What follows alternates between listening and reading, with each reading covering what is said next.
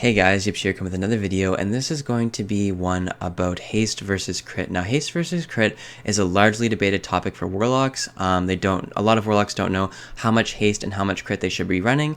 Obviously, when you're playing your lock, you're going to want to be going for the highest item level gear, so sometimes you won't be able to reach your ideal amount of haste or your ideal amount of crit just because you're pushing your intellect values higher, your mastery values higher, things like that. But I do want to give you guys some guidelines. I do want to give you guys some, knowledge that so when you are gearing your warlock, you can just be a little bit more informed about what stat you should be going for, okay? Now, when it comes to haste versus crit for a warlock, it is clearly defined as which stat is better, and it's defined by what spec you are running, okay? Now, when playing a warlock, there are two talents that really define the difference between haste versus crit, okay? And those two talents are going to be contagion and absolute corruption, okay? Contagion favors haste, and absolute corruption favors crit. Now, I want to talk a little bit about why that is, and I also want to talk about a little bit about the stat percentages you should be looking for, okay? So, when running a contagion build, the main difference is that you have more dots to maintain, okay?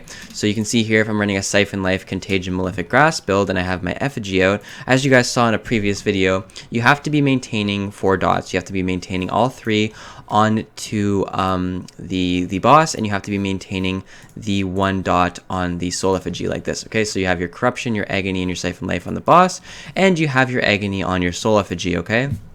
Now, the reason haste is so valuable when running a build where you have a lot of dots to be using is you want your cycles to go faster, okay? You want your UAs to go out more quickly and expire faster, because then your dots will not be fading during your drain cycles. If you are running with an extremely low amount of haste, it's going to be very hard to get your drain cycles in before your dots start falling off, because you just don't have the channel time to cast all of these UAs before your dots fall off. So what haste allows you to do is to get more cycles. Now, when you're running comparatively with absolute corruption, since one of your dots is made permanent, you really no longer have this issue with haste, okay?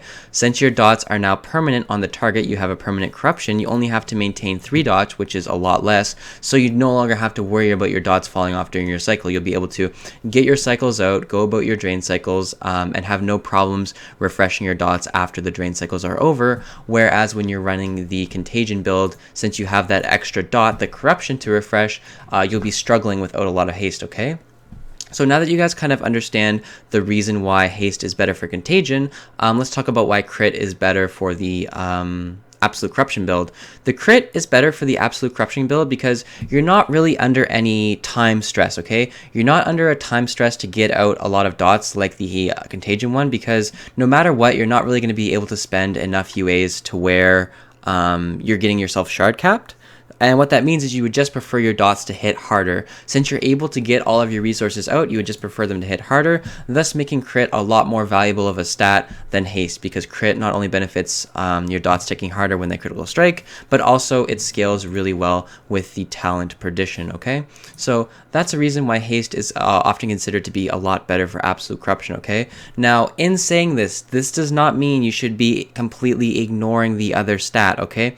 Yes, when you're running contagion, you will be favoring haste over crit, but that does not mean you want literally 0 crit. You still would like to get at least 15 to 20% critical strike, or even more if you can generate enough.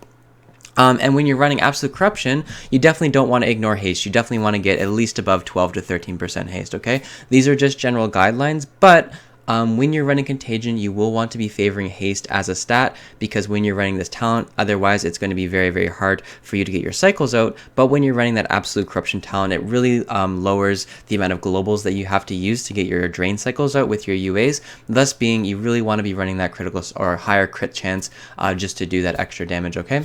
So this has been a video on prioritizing haste versus crit, and it really does depend on your talents. So thanks for watching, and I'll see you guys later.